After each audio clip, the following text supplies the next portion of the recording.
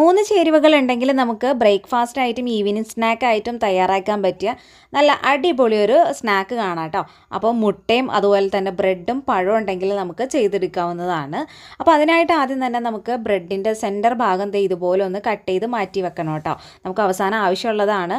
അതുപോലെ തന്നെ ഏത്തപ്പഴം ഇതുപോലെ വട്ടത്തിൽ വളരെ കനം കുറച്ചിട്ട് കട്ട് ചെയ്തും വെക്കാം കേട്ടോ.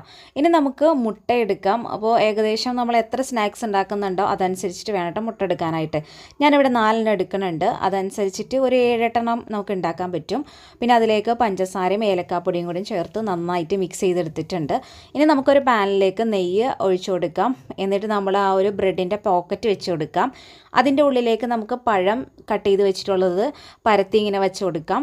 അതിൻ്റെ ഉള്ളിലേക്ക് നമ്മൾ തയ്യാറാക്കി വെച്ചിട്ടുള്ള മുട്ടയുടെ മിക്സും കൂടി ഒഴിച്ചു കൊടുത്ത് ആ ബ്രെഡ് പോക്കറ്റിൻ്റെ ബാക്കിയും കൂടെ വെച്ച് കൊടുത്ത് 2 വശം നമുക്ക് ഒന്ന് ഫ്രൈ ചെയ്തെടുക്കുക. വീഡിയോ ഇഷ്ടപ്പെട്ടാൽ ഫോളോ ചെയ്യണം കേട്ടോ.